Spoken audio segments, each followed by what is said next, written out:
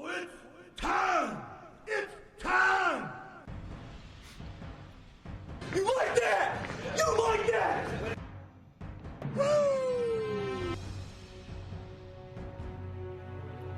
It's Waxing Lyrical, baby. Hello, Waxers, and welcome to Waxing Lyrical with Mains and Dutch. I'm your host, Mains, and my colleague in the Danger Zone in Rainford. It's Mr. Neil Dutton. How are we, Neil? Very, very misty out. It's a lovely Octobery evening already. Looks like Halloween. It's raining here, and it looks like in the next week that we'll never leave our houses again. So make the most of going outside. Well, just as long as I can get out on Friday, because I want to buy Star Wars Squadrons for the PlayStation, then I'll happily stay at home. I got Max Mario 3D All Stars today for a similar concept. You say you got Max it. Let's be honest. Oh no, I can't play. No, I want to play normal Mario where it's like 2D. Like these are all the 3D games, and my brain can't comprehend trying to play Super Mario Galaxy from the N64. So just checking, which of us is the Luddite again? Oh no, I don't like computer games. I fix computers and mass systems. That's my job. I absolutely do not play computer games. Why? I don't come home and think, do you know what I need to do? Go on the computer again. It's not how my brain works. You know what it does do? It wonders how I was 18 points clear in a dynasty draft, in a dynasty fantasy matchup this week in the touchdown league, and lost because Chris Jones got 19 effing points. A defender got 19 points. I didn't even know if that was feasible. Yeah, he was pretty much everywhere. Yeah, well, I think they were all everywhere, weren't they? We'll probably come on. We will probably won't talk about it. So I'm going to talk about it now. It was obviously, allegedly the first and the second best teams in the division in the league playing each other. One of them seemed considerably better than the other one. But I have a question. Like, why is it that Steve Spagnuolo is crap as a defensive coordinator, possibly 84% of the time, but then decides in certain games, usually against really good teams, that he's just going to dial it up and actually remember how to coach defense, and his teams become like almost unplayable? He is obviously from the Jim Johnson defensive coaching tree, and Jimmy Johnson, bless him, this is Eagles Jim Johnson, not how about them Cowboys fella. His mentality, of course, was bend, don't break, and also that yards don't matter. So it's a question of, if you think you can move the ball on a Steve Spagnuolo offense, you're going to have to score touchdowns from a long way out, because once they get into like the red zone areas like that, you're not getting past them. That's when they will squeeze you. And the Ravens just looked devoid of big plays. So almost what they were allowed to get by the Chiefs, it was, go on then. Go 15 plays if you want. Are you good enough to? You're not, are you? So yeah, I just look and think, I think the two things you take from it is it was a bad day at the office for Baltimore, and I'm just going to leave it at that. Like, put it this way, it's not going to stop me picking certain players in fantasy this week based on their matchup. Also, me and you have watched Andy Reid since 2001 as a head coach, and he's never done it better. And I know it helps, don't get me wrong, that he's got Patrick Mahomes, who's a cheat code, but I sent it to you, and if you were in the States, or you're not in the States but you're able to get ESPN in some way, I don't know how you can do it. I wouldn't know, obviously. No. The Dan Orlovsky piece on Eric Fisher scoring the touchdown is amazing, and how Baltimore never got it, and he's like secretly rubbing his chest to say, I'm an eligible receiver. It was cool. So yeah, that was an excellent game of football. And yeah, Kansas City right now look really difficult to beat. The thing is, we know that Patrick Mahomes is a cheat code. He is one of the most talented wide receivers we've seen. But I think part of the reason why you actually like him has got nothing to do with the talent. It's the fact that he is a petty showman. Yes, When he counts, we know damn well what the 4 was for. He waited until he was in the home of the player judged the best player in the NFL to remind everyone that he was voted number 4. I love that. This is, put this way, even after an MVP season, even after a Super Bowl win, Patrick Mahomes has kept receipts. For those who haven't watched it, if you love petty showmen who remember things from a long time ago, can I highlight The Last Dance from on Netflix, which shows the last season of Michael Jordan at the Bulls. Michael Jordan, like the greatest basketball player ever, held grudges against like me and Neil, and then proceeded to like pour 60 points on those lads because once he heard a rumour that they had possibly said they didn't like his first shoe. This, if this is what it takes to drive you to these levels of greatness, then by all means. I mean, I just hate everyone, but I don't allow it to fuel me to achieve greatness in my particular field. I just wallow in hatred. Obviously, it's me doing it wrong. Obviously. But Neil, let's go on with the show. We're going to talk briefly about the Titans Steelers and the COVID impact and what that looks like going forward. We've got coaches on the hot seat because there's some who are on there who we won't be seeing next season, let's just put it like that.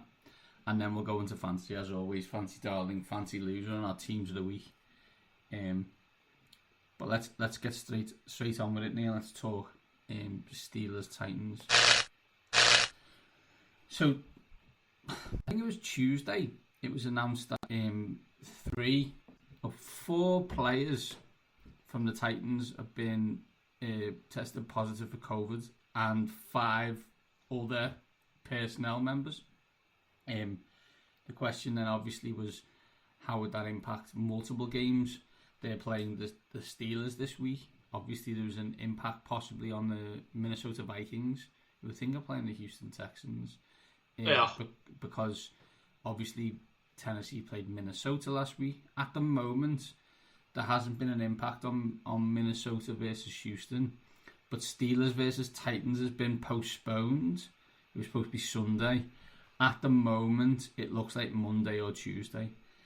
I guess from the NFL point of view and what we discussed throughout the preseason was the closer we got to the season, we knew it was going to start, but we were never 100% sure it would finish in the same week that everybody expected it to. I think is probably the best way of going about it. At the moment, it's only 1 game, and it seems that the protocols that the NFL have put in place in terms of track and trace work. Who knew track and trace could work? But there you go, different story, different show. Does it look like this at the moment is contained by the NFL and they may have dodged a massive bullet until the next bullet comes? Well, we know that the NFL is mainly driven by the well-being of the players and staff of the teams dealt with therein, and not at all by the almighty book. So we would be naive to assume that the NFL are not pursuing measures to ensure as many games get played as possible. We have been spoiled by the fact that we've got to week 4, and this is the first serious. This is the first time it's been upset. The apple cart has been, pushed off course slightly. So I think you have to say hats off to the NFL. Hats off to the players. Now, we do know that a majority of NFL players do make good decisions, but there is, of course, always a sub-element that doesn't. And it does seem to be, within the first 3 weeks of the season, everyone seems to be walking the line. So hats off to them. It does look like it's been contained, but we will see. This is still a fluid situation. I say CBS, who are broadcasting the game, they've been told to prepare for Monday. So that it's it's going to be strange because the Titans are not going to be able to practice. Obviously, my understanding is the Titans aren't allowed back in their facility until Saturday at the moment. At the earliest. Yeah, although I've also heard that may change and could be earlier, but at the moment the earliest is Saturday. Because they need everyone who tested positive to test negative again. So, again, I don't know how that comes about. I don't know how quickly that is. I don't know how often they are tested, but that needs to be done. But the important thing is that straight away there is a process. So we're seeing this isn't just the NFL saying, if they could turn up on Sunday, that'd be great. You know, there are protocols. They do seem to have a plan. Yeah. And we're probably lucky that it has happened as early as it has, because we've spoken in the past. The NFL does not want this happening in week 16. No, we don't. I think I look at it and think it does two things this early on. It gives everyone a kick up the bum and reminds everybody that, you know, this thing is real, and if these happen, we'll postpone it. What it also you know, highlights is that, you know, the protocol's in place for a reason. As you said, the players seem to be following them. Coaches do not, and fans have rose steadily over the past few weeks. And this week it was highlighted that they would start going down the straight draft pick team punishments, which you've got to commend the league for. I think. I guess the question is, Neil. I've seen two different reports. So Yahoo are suggesting that if the game is played on Tuesday, that they will make the fantasy points week 5 possibly. And NFL and maybe I read that wrong. Maybe they're saying week 4, and so are the NFL fantasy league. If it goes beyond Tuesday, I assume this has impact for Derrick Henry and Juju Smith-Schuster owners like me. Well, if it's basically going to be a double game week in week 5, yeah, then that makes, you know, people could argue that Juju is a bit iffy because at the moment he's scoring touchdowns at an extortionately high rate. I think JJ on the Late Round podcast has pointed out that most wide receivers average a touchdown. I think it's every 160 yards, whereas he's currently getting one every 60. So that's bound to come down. But if he is essentially getting 2 for 1, that means next week you're probably going to want to play him. Because you're going to get 2, even if his touchdowns do diminish, you're still going to get the double bang. Mm-hmm. And Derrick Henry is on course to break the single season record for the most touches by a single player. So if you're getting all those points and all those yards in 1 week, then you're going to be very happy to have Derrick Henry next week. The funny thing about Derrick Henry is I've got him in a fantasy league, and I'm 3-0 in that fantasy league, and I don't feel like Derrick Henry has led me to that position, even though, as you said, he's had an absolute boatload of touches. And the thing that I find most bizarre about the fact he's on a boatload of touches is I'll be honest, I haven't watched many Titans games outside of red zone. But they seem to throw it every effing play. His problem is he hasn't had any big runs.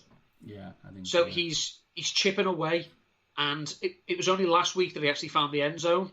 So he had 2 touchdowns last week. But before that, as we know, he doesn't catch a lot of passes. So he's not paying off in PPR leagues, and he hasn't broken out any 20, 25, 30-yard runs yet. So it is really, if he's not going to get the big runs, he needs to score the touchdowns. And as we know, touchdowns are incredibly fluky, and we can't predict them. So it'd be nice if he could break one occasionally. Absolutely. Well, we hope the rest of the league stays safe on this situation. We are sure that this conversation will come back again pretty soon. Let's move on, Neil. Coaches on the hot seat. We know it's only 3 weeks in, but there are some coaches which, let's be honest, aren't going to be here for very much longer. I've created a list, and I just want your thoughts, briefly or not briefly, I guess, on how you think. First one is the most obvious one in the room, which is Adam Gase, who, to put into context, I think has had as many victories as he has blowout losses by 10 or more points, both 31, I believe. So 31 times his team is 30 times his team has been beaten by more than 10 points. He's broken like physically and mentally broken a first round draft pick who I assume is not salvageable. And there's absolutely no way you would even remotely consider allowing him to get anywhere near another quarterback.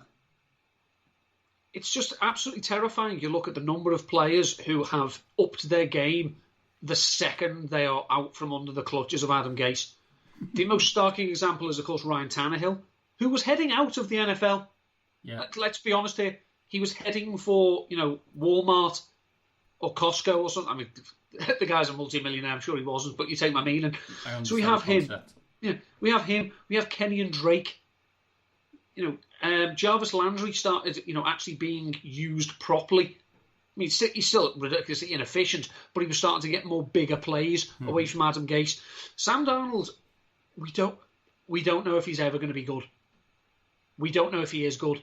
It will take a very, very clever offensive coach time and patience to break him down and build him back up again. And that will start with the mental side. And, there's only a few coaches that you could trust to do that with a quarterback. I mean, the most obvious example, and people, you can say what you like, he has his critics, he has his detractors. San Francisco is interesting. Yeah. We'll take him back to the West Coast. I mean, Jimmy Garoppolo, we don't know. This injury may be one of those things that if they're just as good without him, he doesn't really want to turn it over to Nick Mullins. He's come out that and said today that Nick Mullins is not winning the starting job. But if they win with Nick Mullins and then they bring Jimmy Garoppolo back and he sucks, you just wonder. Adam Gase should not be allowed anywhere. I'm just going to quickly stop you there. Nick Mullins going to do great. Played the New York Giants last week, who I'm not 100% sure are a professional franchise at the moment and haven't been for 5 years. And then they're playing your Philadelphia Eagles, who are trying to fight the New York Giants for not being a professional football team. Actually, with the exception of Dallas, who still get beat, is there a professional team in the NFC East? I will argue that the Eagles are at least trying, whereas the Giants look like they've given up. Yeah, that's true. No. There's a definite element of giving an F. I think that's different. Yeah, Adam Gase should not be allowed near an NFL coaching room ever again. Yeah, let's move on. And when they lose on Thursday, he won't be. Well, let's hope so. For everyone's sake, I think not. I think for everyone's sake, he'd not be. I'm really interested in the dynamic between Ryan Pace and Matt Nagy.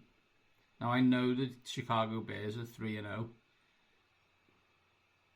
but it almost feels like exactly. Neil just pulled out how face, and yes, same. Basically, because he played the Lions and the Falcons is why they're 3-0. Oh, and the other team he played is the New York Football Giants, who we've just discussed aren't a football team. I don't know if you know, but they drafted Mitchell Trubisky ahead of Patrick Mahomes and Deshaun Watson. If you didn't, I've just let you know. And he stinks. And they finally got Nick Foles in, which was, 2.5 games too late. But I'm interested in someone's got to carry the can for that decision. And I can't believe that Ryan Pace hasn't already. So it leads me to believe that Matt Nagy may be on a hot seat because they may actually trust Ryan Pace to do this again. They really shouldn't. No, congratulate. Thanks for that breaking news that they shouldn't. Yeah. The problem is, as we know, the deodorant of winning covers the sweet, sweet odour of mediocrity. And if they go 9-7, or they're on pace for now 16-0, how do you justifiably fire your general manager even though he is an incompetent nincompoop? I mean, we know that they've got Nick Foles this year and next year. They're playing Harry Carey with Allen Robinson. If you take Allen Robinson off this team, then it doesn't matter if Nick Foles can recreate the magic of the Eagles' Super Bowl run. He's got no one to throw it to. So it's a question of you're going to have to make a decision. It's 2 years with Nick Foles. Do you want to extend Nick Foles and run that risk? Although my theory about Nick Foles is it's not that he's been bad when he's not in Philadelphia. It's that he's bad when he doesn't wear number 9. Because he was rocking the Jim McMahon, visor in the Bears 9 shirt. I noticed he wore 9 for the Eagles. He wore 5 for the St. Louis Rams, and he wore 7 for Jacksonville. This is Robbie Fowler. Take the 23 off him, and you don't get the same player. It also helps that he's got a coach who was on the Eagles coaching staff, right? Well, yeah. Several. I mean, Matt Nagy was with the Eagles back in the day. I don't know if they intersected. And there's John DiFilippo as well. I think they did intersect briefly, I think he says. Maybe I'm wrong. I don't know. I don't think if they win, I don't know how they do it, but I don't think Matt Nagy gets fired if they stay the course. As long as they don't bottom out now and lose the next 13. Yeah, of course. Okay.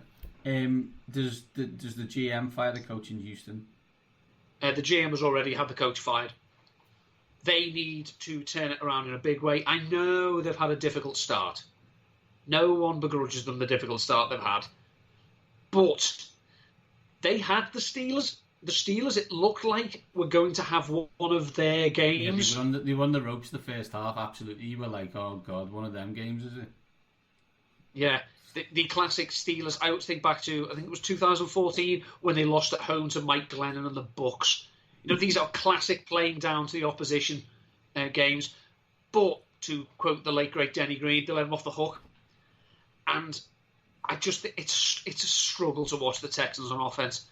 It's the same as it was last year. The fact that Bill O'Brien is not calling the plays has not changed a damn thing. It is not a good, easy watch. I think. Imagine what it'd be like if they had the best, the number one receiver in all the NFL playing for them. Oh, they had someone like that, and they decided to trade him away for David Johnson. The next man, by the way, that he makes miss will be the first for about 3 years. And that's not David's fault. These things happen to humans, right? Yeah. But people should know this, like we did last year and possibly the year before. The weird thing is about Bill O'Brien, I actually don't think he's a bad coach.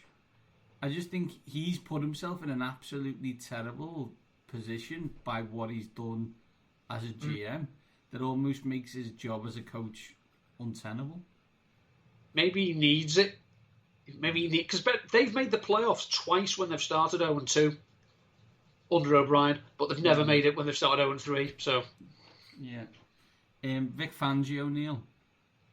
Broncos 0-3. Defensive coach.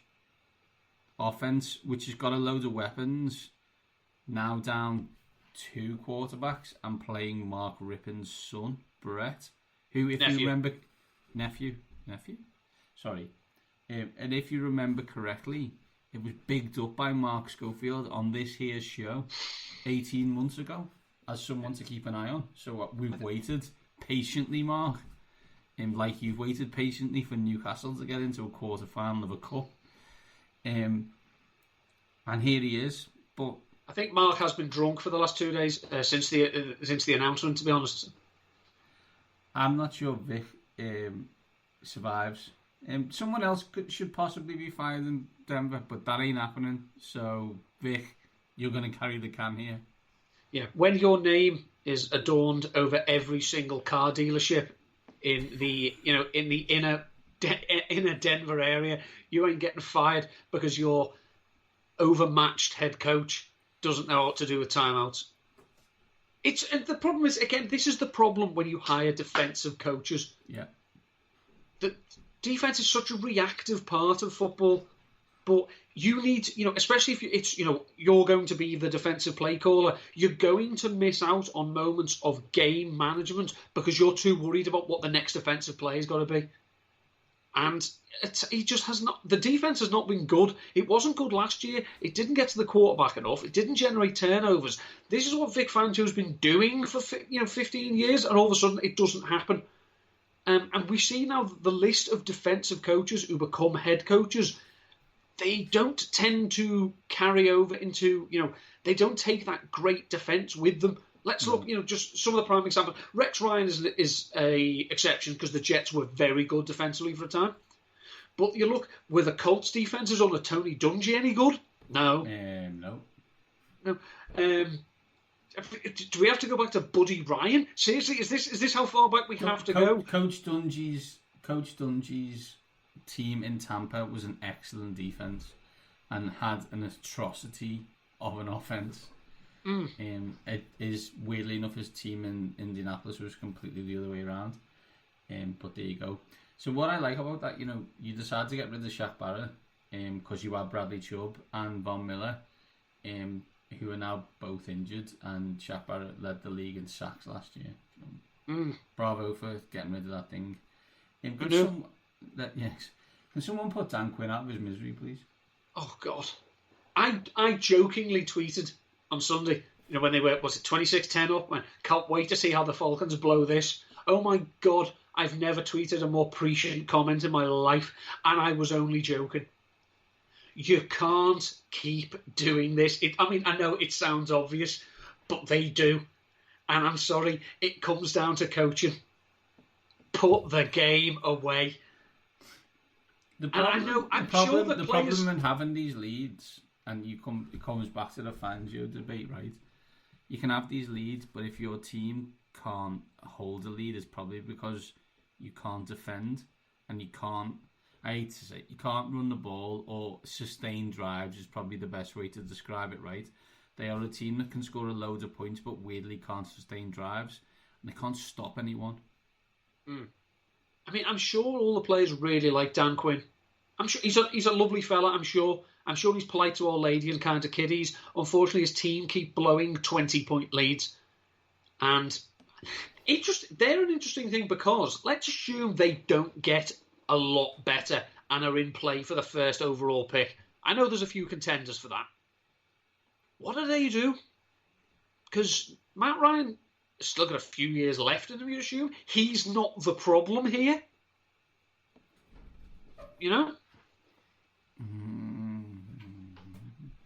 I think it becomes really difficult because I don't think he is the problem, by the way, but I do wonder if you pull the trigger on a new QB if you're getting a new coach. And that's nothing against Matt Ryan, by the way. I just wonder. I'm not sure if you're going to get that opportunity again. You look at some of the talent they've got around him, especially on offense, and you think, if we go bad this year, when's the next time we're going to be in the top 5 picks? But I don't know. Last one for me, Neil, is Mike Zimmer. I don't think there's been a team who've looked less prepared than the Vikings. Like, we said about the Giants before, but they weren't prepared last year or the year before. No. So that they look completely unprepared to play football. I don't really understand it.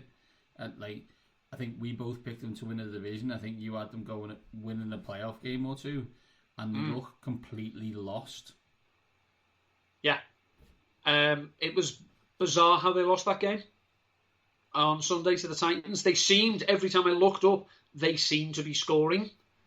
The one thing they can take from it is at least they're establishing the run. And, Dalvin Cook is getting a lot of yards and a lot of touchdowns. Yeah, it's not doing a lot for you. Because, unfortunately, your best player is your running back. You can't trust your quarterback. Your defense is pish. Obviously, as well, they can't fire Zimmer because it will cost them an awful lot of money. And I don't think the owners really like throwing money away. They do. They paid Kirk Cousins. They clearly have no idea of the value of money. But I don't think they're going to fire. They're not going to fire Zimmer. I think it's just a question of, something needs to change here. And next year, say when the cap comes down, and we've got all these other problems. What do you do? Eventually, you start looking and saying, "Yeah, Mike, it's time. We've had a good run, but it's time." Anybody else who you think might not have a job, Neil? Matt Patricia, I'm terribly sorry. I don't know. Another defensive coach. Your defense is awful. That's your bailiwick. And yet, they won against Arizona. I think that says an awful lot more about how Arizona probably aren't quite ready for prime time yet than it does about the Detroit Lions. He's not a good coach. He should not be. I will say one as well, and I hope I'm wrong, but just to show that, I'm not blinkered. Doug Peterson is giving off some very strong Dick Vermeil vibes. Yeah, yeah. Can I say, so first, let's go to Patricia first. How I think you get fired is your GM drafts a running back in the top 40, then almost a year later he drafts a running back in the top 30, and then you give 70% of all the touches in games to Adrian Flippin Peterson. That's not how to make friends and influence people. No. And this is supposed to be a partnership. They were supposed to be mates. No, I know. Quinn and Patricia. But that doesn't strike me as a.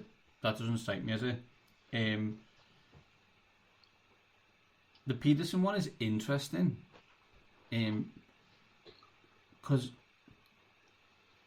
that was a complete and utter mental breakdown in the final 30 seconds of that game on Sunday. There was no reason to not try and kick a 64-yard field goal. What was the loss? To take a penalty and then punt when the best you were going to do was tie when you're already 0-2 was bizarre. And I think he now admits it was bizarre, but what I mean is, in the heat of battle, quote unquote, he had his brain stopped working, which is concerning in that Dick Vermeil sense, if the way you described it. Yeah, I have a theory though that I think, and I know this happens for a fact, kickers go out before the game, and based on their practice, they will go back and tell their special teams coach, "I'm good from however many yards this week from both ends." Yeah. Now, I think that decision was known at the start of the game. So I don't think Doug Peterson has said to Jake Elliott, "Can you make that?" "No, coach."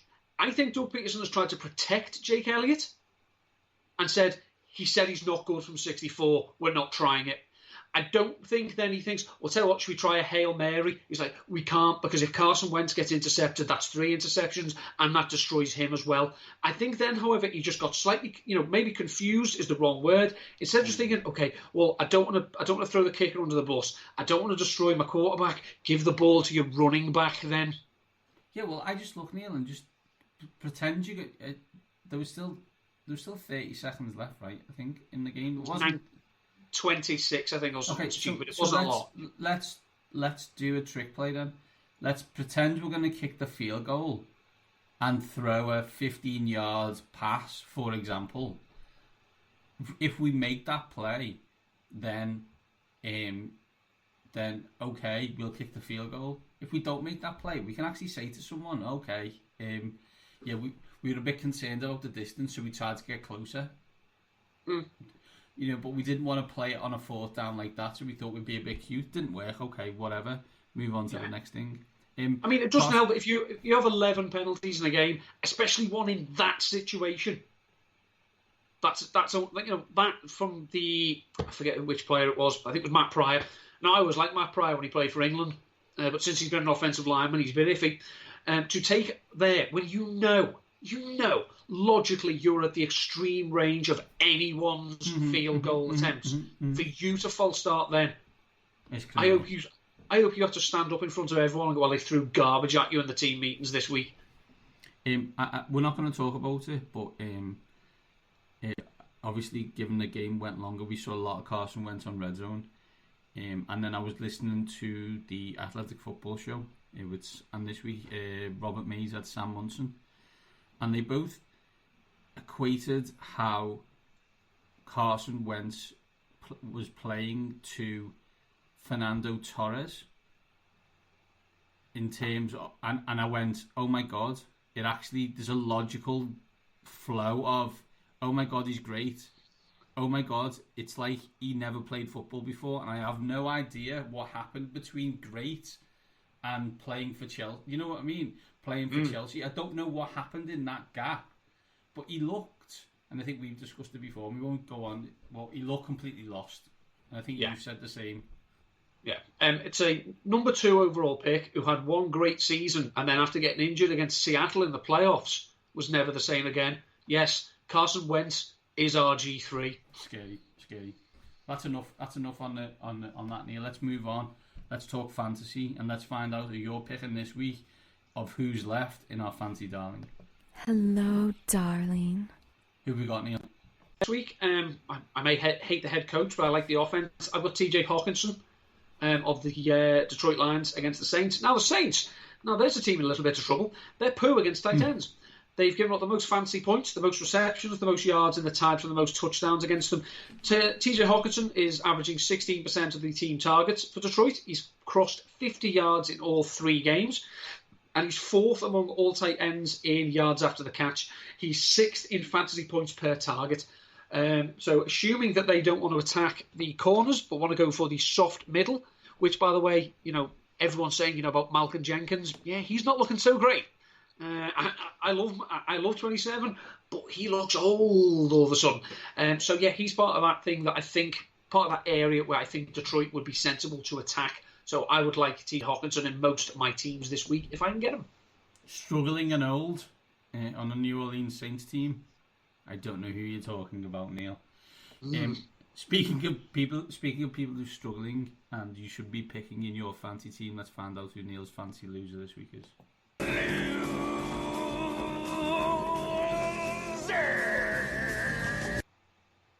This is another painful one because I am quite a big fan, but I don't like DJ Moore this week. They're playing the Arizona Cardinals. The Cardinals, who are not a great defense, but they're not bad against wide receivers.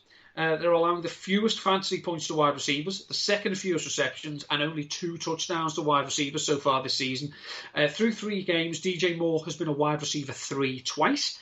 He's caught 14 of 26 targets for 239 yards, compared to Robbie Anderson, who's caught 20 of 26 for 279 yards and a touchdown. So DJ Moore, it's coming because he's getting the looks. I just don't like it to start suddenly this week.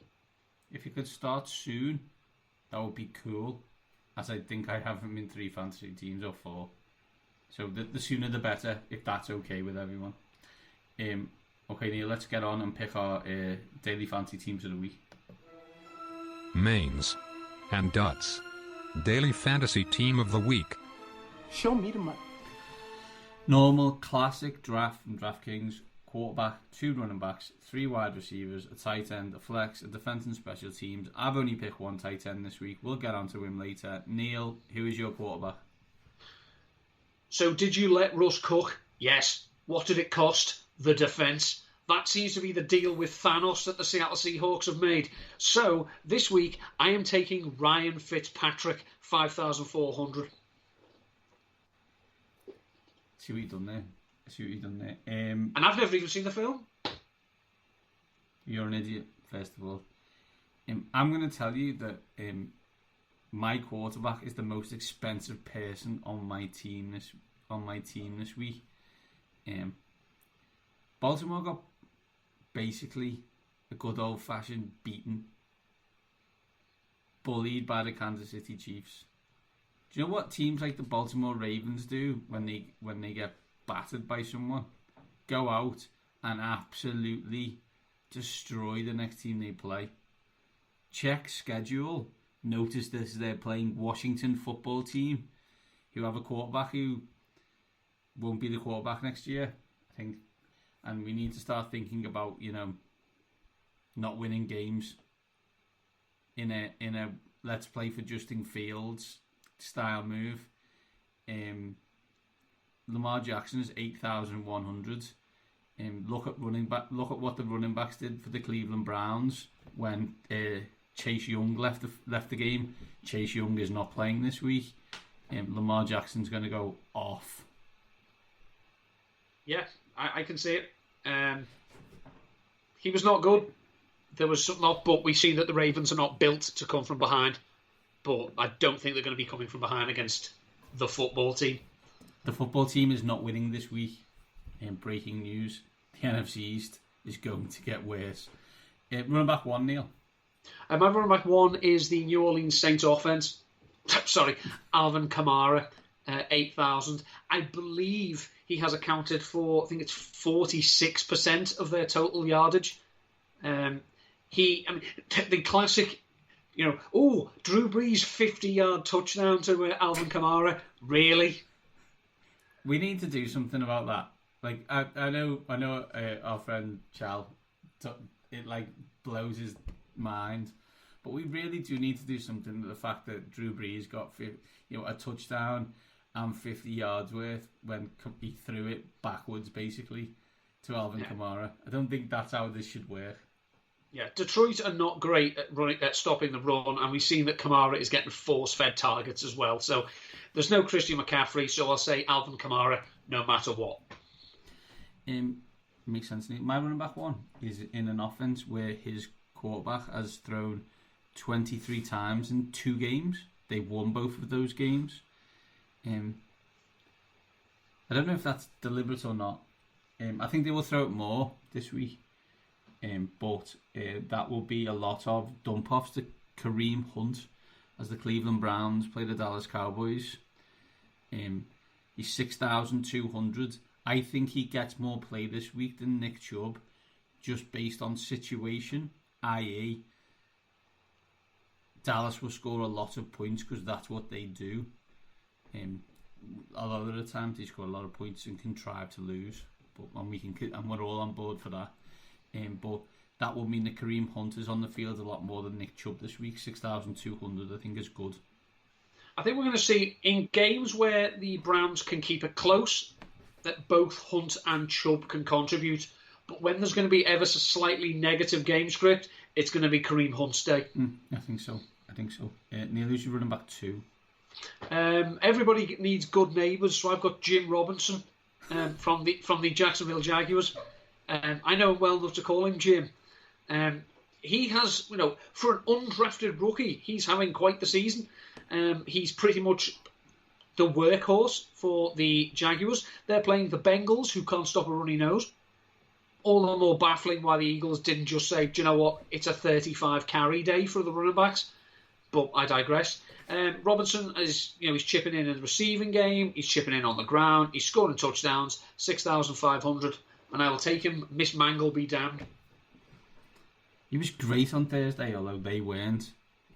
Dear Jacksonville, just a thing between friends.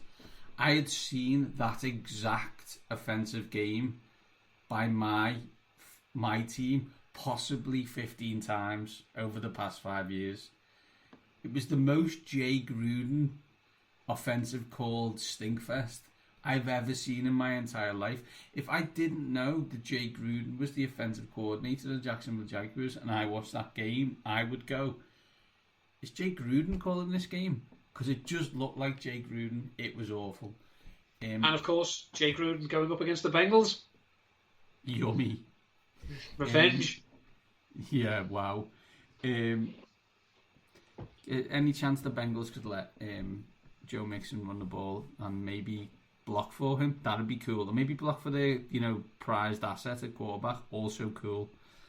No, they've come out today and said they want Burrow to be smarter about how many hits he takes. He's got 5 imaginary friends blocking for him. So I don't think the fact that if he was smart, he'd know that his imaginary friends can't be relied on. If he was smart, he wouldn't be playing quarterback for the Cincinnati Bengals.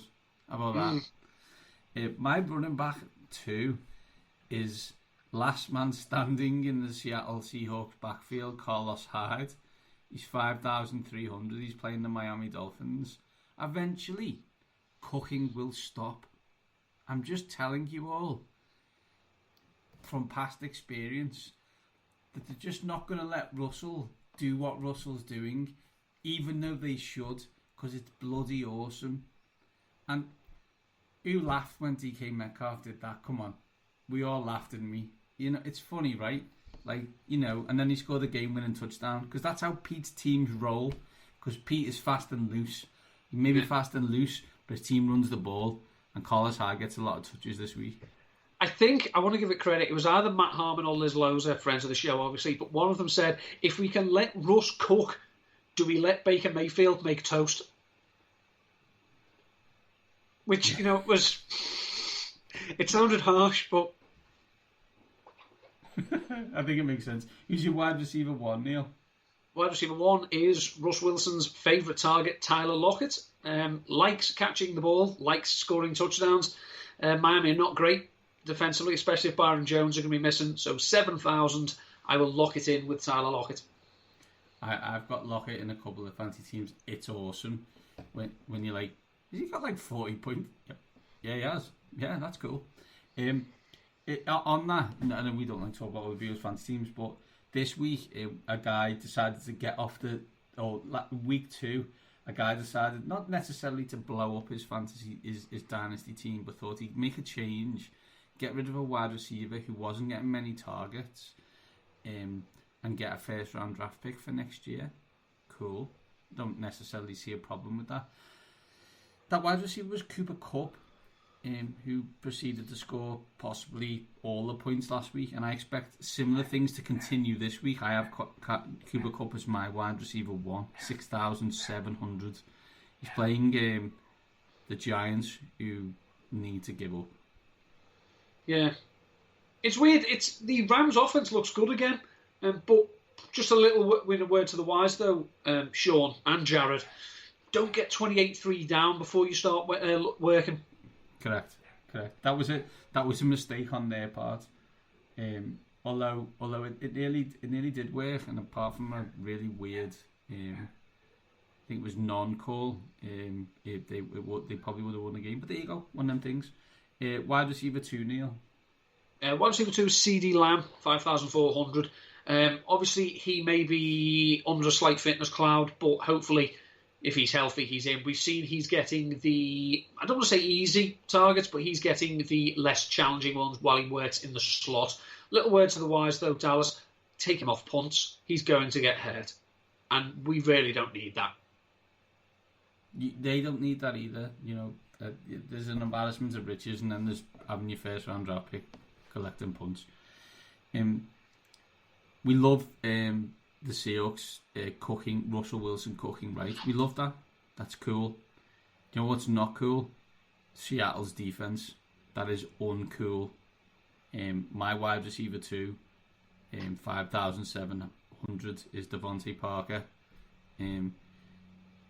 Start all your wide receivers against Seattle Seahawks at the moment, which is crazy considering where they've been in the past. Yeah, but they stink. On defense, they stink. Yeah, we're letting Russ cook while we're letting the defense sleep. Yeah, I think so. Wide receiver 3, Neil. Now, in the musical version of the epic Victor Hugo story, Les Miserables, Marius sings a song about all his friends who are now dead. It's called Empty Chairs, Empty Tables. I know you're picking, and I'll pick the same person. Go on, carry on. Yeah, this is the exact same feeling that Greg Ward has at the moment. Oh, no, you pick someone else. Okay. Yeah. He have 11 targets, 8 for 72 and a touchdown last week. There is no one left. They're all gone. Jalen Reagor is now probably out till week 11 or something stupid. Deshaun Jackson's on milk cartons. Dallas Goedert's out for an extended period of time. J.J. Arcega-Whiteside is up there, one of the worst draft picks the Eagles have ever made. Zach Ertz is going to get so many targets, but just in case the 49ers decide, we'll probably double him, Carson Wentz is going to have to go to someone that he's got some degree of chemistry with, and that'll be Greg Ward. He's 3,900. In the injury bowl, although it looks like Greg Kittle's going to be back this week, I've gone to the other side of the ball, and I've gone for San Francisco's rookie wide receiver Brandon Ayuk this week. He's 5,000. I think he's really good, and he looked excellent on.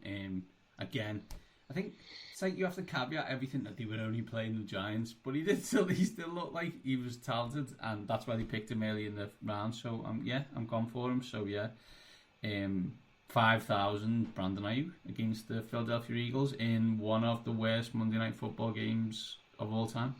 Sunday night. Even worse. That's the most watched game in America, and they put that absolute shower on. They must be devastated they can't flex it out. Tight end, Neil. TJ Hawkinson, 4,800. I've gone for Dalton Schultz. I think that's his name. Yeah. Cleveland at Dallas. Cleveland follow a similar script to some other teams, like you mentioned on the Saints before. Flat out refuse to cover tight ends. It's not their job, not their business. Yeah. As another famous Dalton once said, "Be nice until it's time to not be nice," and that's what Dalton Schultz is going to do this week. So 4,300. I've got Dalton Schultz. Use your flex, Neil. Kenyon Drake, 6,000. The Cardinals against the Carolina. It's confusing because it says Ari at Carr. You think that's Cardinals at Carr? No. Kenyon Drake is still getting the bulk of the carries at the backfield. He's losing touches to Chase Edmonds in the receiving game, but he's still the main guy on the ground. Obviously, it'd help if Kyler Murray, was a bit more democratic and let other people run instead of doing it all himself. Go on now, Kyler. Let's not be greedy. These guys need to get paid as well. The Cardinals are not good. The Panthers are not good defensively. They are still somewhat of a sieve. They did well last week, but whether that was the Chargers going to Charger. Did you see, by the way, that final play, the hook and ladder that they should have got going? If they pitched it right, Austin Eckler's walking into the end zone, and it's the greatest finish in any game of all time. But they can't even do that properly because they're the Chargers. Chargers are indeed gonna charge you. My flex is Alan Lazard, who, based on the fact that the Green Bay Packers are trying out wide receivers this week, and Devontae Adams is questionable, may stay questionable to out. If that's the case, we all know that Aaron Rodgers hates most of his wide receivers, but when he loves one, boy does he love him. And he seemed to fall in love with Alan Lazard last week. So 5,500, Mr. Alan Lazard. Alan Lazard would, of course, have had a much bigger game if he didn't fall over his own conscience. After catching a deep bomb. Seriously, son, there was nothing stopping you.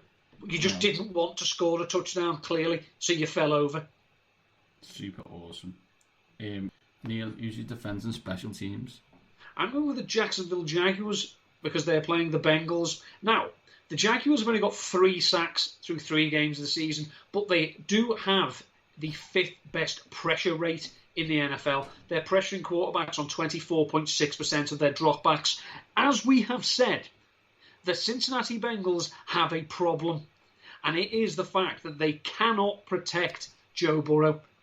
Joe Burrow played very well against the Eagles, considering he took 8 sacks and I think 15 quarterback hits. So the Jags are, they're not a great defense, but if they can rack some sacks together, maybe force Mr. Burrow into an errant throw or two, they could return value here. I'm not hopeful, but I am pinning my hopes on. I'm not hopeful, but I am pinning my hopes on. What the hell am I talking about? I am pinning my expectations on the fact that this is a game that Jacksonville can control, which is why I've gone Jim Robinson and Bouncer and the Jags defense. Robinson and Bouncer. There's more than one way to skin a defense and special teams cat. And sometimes you think, that quarterback likes throwing interceptions, doesn't he? And I love him, and I know he's got to feed his 57 kids, but I'm taking the Chicago Bears this week at 3,100 as they play the Indianapolis Colts, and Phil Rivers and his interceptions. And given the fact that the Foles is a competent quarterback, this could be a tight game, which leads to final minute driving, Indianapolis down by 4. Oh look, there's a pick 6.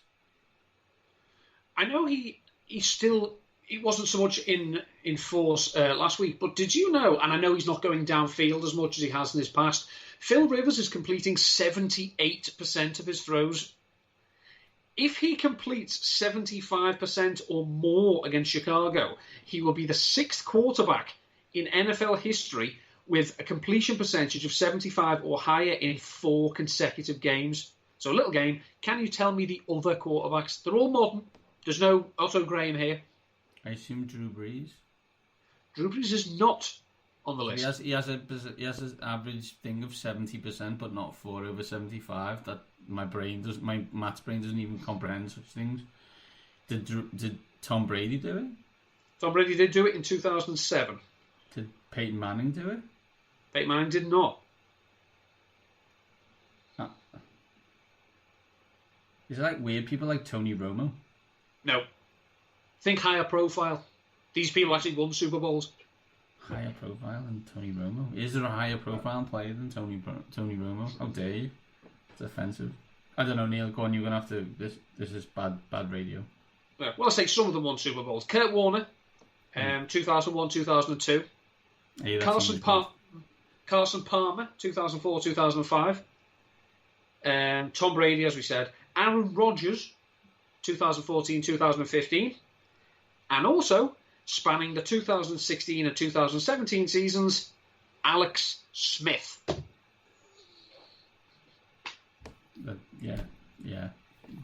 Completion percentage means naught is what we just it comes for naught because I don't think Phil Rivers has played that well. But there you go. Let's recap, Neil. Who's quarterback? The beard that's feared, Mr. Ryan Fitzpatrick. I've gone for Lamar Jackson, a massive bounce back. Running back 1. The New Orleans Saints offense, Alvin Kamara. I've gone for Kareem Hunt. Running back 2. The pride of Erinsborough, Mr. Jim Robinson. I've gone for Carlos Hyde. Idiot with your neighbours references. Wide receiver 1. Did you know, by the way, I only found this out recently, that Erinsborough is neighbours spelt backwards. That's why it was called Erinsborough. It's not, because it begins with an E and neighbours doesn't. No, neighbour. Erinsborough. No, that's wrong, isn't it? It's an anagram. It's not spelled like it's an anagram. It's an anagram. Yeah. You absolute moron. Who's your wide receiver 1? Tyler Lockett. I've got Cooper Kupp. Wide receiver 2. CD Lamb. Devontae Parker. Wide receiver 3. The last man standing, emergency ward 10, Greg Ward. I've gone for Brandon Ayuk. Tight end. TJ Hawkinson. Mine's Dalton Schultz, which I'm pretty sure is a made-up name. But anyway, flex. Dalton Schultz does sound like someone who'd be on Chuck Norris's team in a gang of mercenaries. That's the name you give people when you're like going out and you don't want people to know who you are. Yeah. Oh, this is my mate Dalton Schultz. Yeah. That's what I'm saying, right? Kenyon Drake is my flex. I've got Alan Lazard and you defending special teams. The Jacksonville Jaguars. And I've got the Chicago Bears. Neil, where can people catch you this week? Catch me this week on the Twitter at NDutton13. Say I have done my usual gubbins. I've done my weekly stats for last week, and they're still out there. You can get them on Numberfire. I've done my Super Bowl tracker odds. Big movers this week, especially going out, as more and more people are falling out of contention. That's also on Numberfire. The tight end report, that was out on Rotoviz. And for Ravenswire, I've done the snap count analysis, looking at the running back. Believe me, it's still a week-to-week proposition, and it's a mess. And coming in the next few days, I will have 7 fun facts about the Baltimore Ravens and the Washington football team match. And also, I will do the scouting report for that game. I mean, one fun fact is, of course, that both these head coaches, so Coach Rivera and John Harbaugh, used to work together. And they were both on the staff under Andy Reid for the Eagles. So there you go. A long, long time ago. I am at Mindy7. Come by me at waxing_lyrical. That's it for this week. Long show, nearly an hour. Enjoy it on your travels or traverses, or if you're just staying in the house. And we will see you next week. These top guys are out.